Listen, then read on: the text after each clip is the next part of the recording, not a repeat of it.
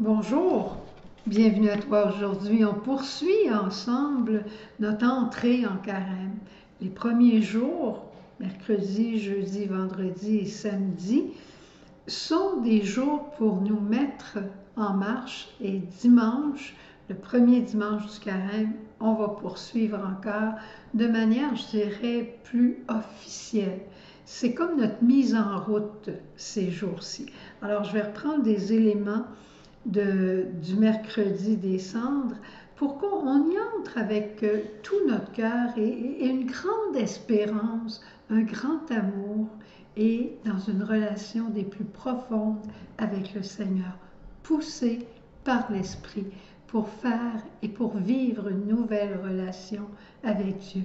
Et aujourd'hui, dans la première lecture, le Seigneur nous dit, « Choisis donc la vie. Choisissez la vie pour que vous viviez, toi et ta descendance, en aimant le Seigneur ton Dieu, en écoutant sa voix et en t'attachant à lui. » C'est beau, hein? Choisis donc la vie. Je veux revenir sur des événements de l'actualité présentement qui se passent en Angleterre. Le roi Charles vient d'apprendre qu'il a un cancer. Qu'est-ce qu'il a fait? Il a rencontré son fils Harry, entre autres. Il est parti de la Californie pour venir rencontrer son père. Et le roi est parti tout de suite après, sans doute qu'il avait rencontré William, et tout de suite après, il est parti avec son épouse pour se retirer, aller à l'écart. La princesse Kate a été hospitalisée dernièrement. Tu as dû voir ça dans les journaux. Elle a eu une opération. Son mari, William, le prince William, a pris un arrêt de ses responsabilités comme prince de l'Angleterre et il s'est occupé plus de son épouse. Elle est à l'écart pour 3 mois jusqu'après Pâques et lui a aussi pris un temps d'écart pour s'occuper de son épouse. Eh bien, le carême, c'est un peu ça. Une épreuve arrive. C'est une épreuve que le carême. Poussé par l'Esprit, Jésus va aller au désert pour être tenté, être tenté par le diable, nous montrer comment combattre, comment résister à la tentation, mais il va nous le montrer en jeûnant, en priant, en choisissant Dieu, en l'adorant. Il va nous le montrer de cœur à cœur. Alors, c'est un temps d'épreuve. On va éprouver notre foi, notre espérance et notre amour. Alors, c'est un temps où les liens entre Dieu et nous veulent se resserrer. C'est le temps de l'époux avec l'épouse. C'est beau, hein? Je trouve la comparaison avec Charles et son épouse, avec Kate et son mari William, c'est merveilleux pour nous faire comprendre encore davantage ce qu'est le carême. On voit dans leur vie des deux couples que la relation avec l'épouse, c'est ce qu'il y a de plus important. Et c'est la même chose avec Dieu. Dieu veut avoir la première place. Il est un Dieu jaloux. Tu aimeras le Seigneur de tout ton cœur. Et ensuite, ton prochain comme toi-même. Mais le premier servi, c'est Dieu. Et il y a 3 piliers, je dirais, 3 colonnes dans le carême. Et ces 3 colonnes-là sont aussi pour la relation. Veux-tu, on va les regarder ensemble, peut-être sous un autre jour. La prière. La prière, c'est pour l'intimité. Probablement que le roi et la reine vont parler devant cette épreuve du cancer de manière plus intime, de manière plus personnelle. Le temps du carême, c'est un temps pour approfondir notre oraison rencontre avec Dieu à tous les jours. J'ai besoin de rencontrer le Seigneur, pas seulement le dimanche, mais tous les jours de la semaine, de manière personnelle et de lui donner du temps et peut-être un petit peu plus de temps pendant le carême pour approfondir la relation. Le jeûne, Le jeûne, c'est qu'on se passe de certaines choses qui sont bonnes. On s'en prive de l'accessoire pour arriver à l'essentiel.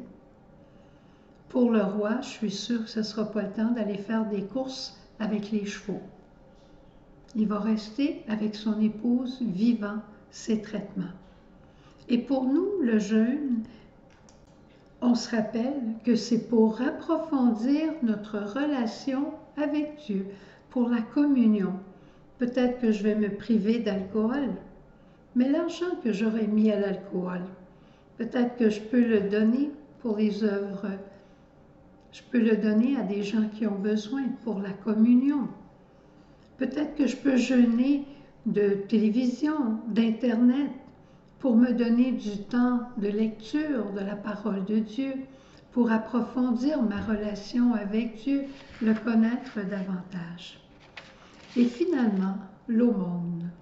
L'aumône est aussi pour approfondir ma relation avec Dieu. Sans doute que le roi va être prêt à dépenser tout l'argent qui est nécessaire pour avoir les meilleurs soins possibles.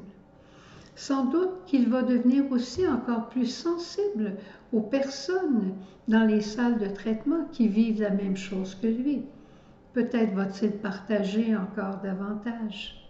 Nous, on n'a pas besoin d'aller, on a juste besoin de regarder autour de nous. Des besoins, il y en a à l'infini. Il s'agit d'écouter au fond de notre cœur quelle forme d'aumône le Seigneur veut que nous fassions. Mais chose certaine, Jésus, au bout de ce temps de carême, va donner sa vie. Est-ce que moi, je vais donner juste le superflu ou je vais tout donner ce que je peux donner? C'est une bonne question, hein? L'important de ces trois piliers, c'est qu'ils sont là, la prière, le jeûne et l'aumône. Et ce n'est pas un des trois, ce sont les trois que nous avons à vivre. Ils sont là pour que notre relation avec le Seigneur s'approfondisse. Choisis-les tous les trois parce qu'ils sont des piliers de vie et de bonheur. Alors, tout en fonction de la relation amoureuse avec Dieu. Au revoir, bonne journée.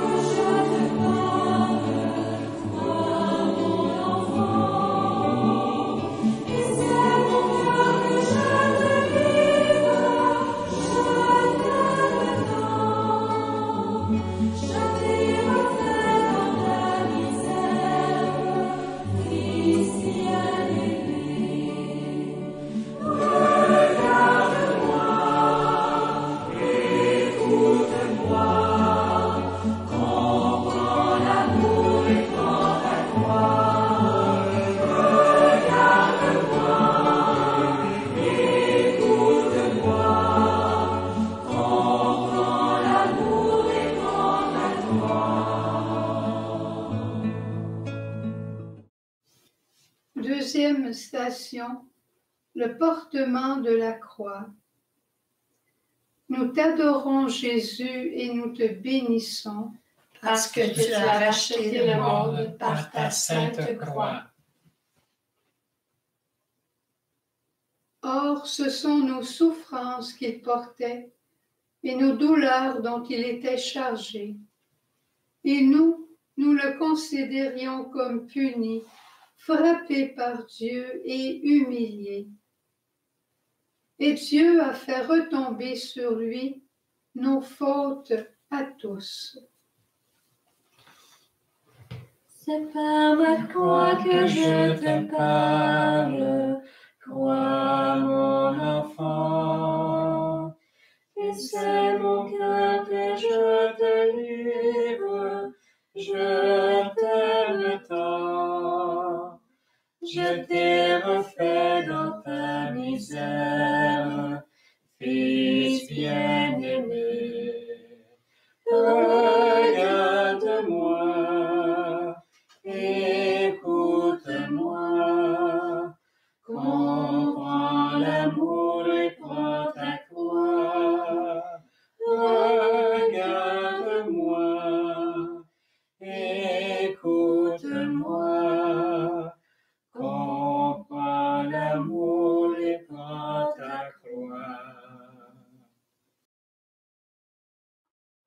Jésus, tu as regardé ton Père.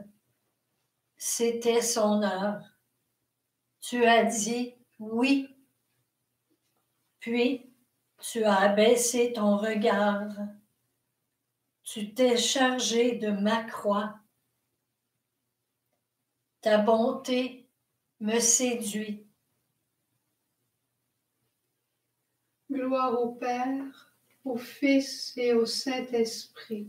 Ô Dieu qui est, qui était et qui vient, pour les siècles des siècles. Amen.